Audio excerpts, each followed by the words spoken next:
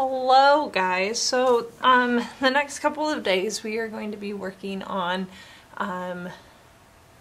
grayscale portrait. So the first thing you need to do is find a grayscale portrait either online, take a picture of one, whatever, and we are going to look at the different values that are in this picture.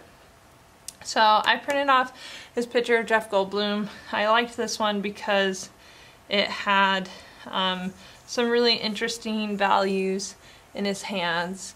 And again, values are the what light and dark. So the different, what you need to do first is we are going to trace the different shapes that light and dark are making.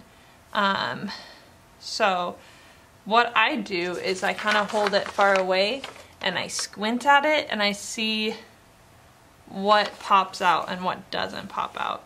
So like for example, there's his nose here. That has kind of a different value. There's a shape here with a different value. So you're going to be doing this with whatever picture you print off.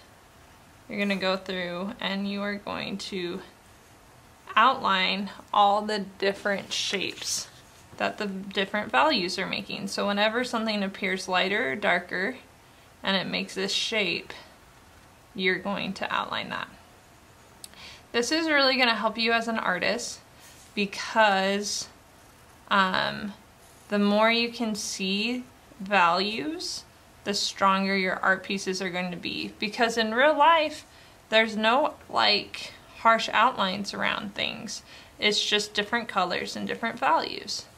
So if you as an artist can see those values and know, you know, like is that a darker value, is that a lighter value, it's going to help you make your art become more like dramatic and more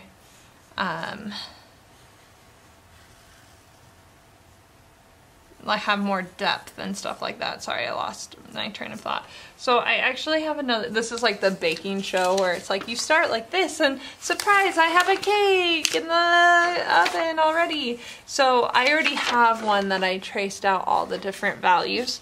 And you see kind of, it's basically I outlined everything. It's like I made my own paint by numbers, my own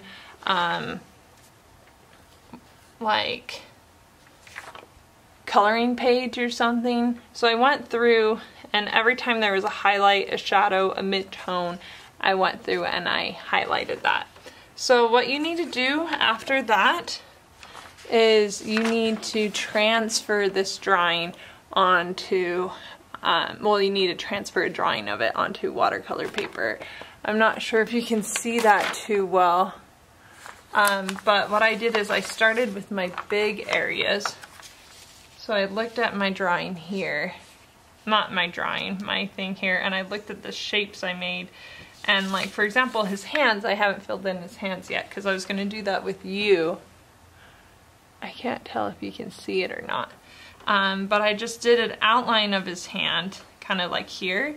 And now I'm going to go through and draw all the different shapes that I outlined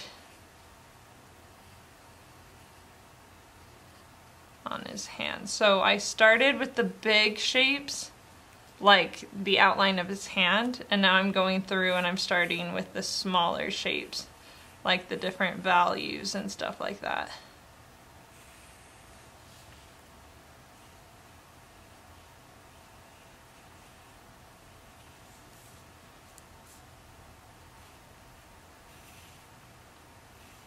So this is what you're going to do today.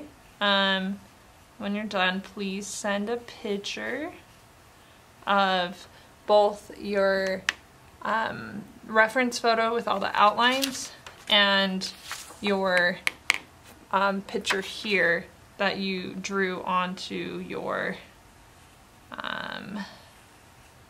watercolor paper.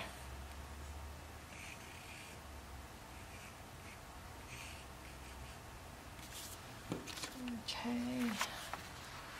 come over here and do the same thing.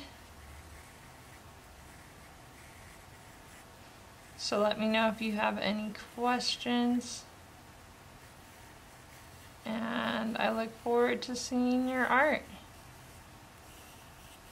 And tomorrow, watch the next video and we're going to talk about painting this as a grayscale.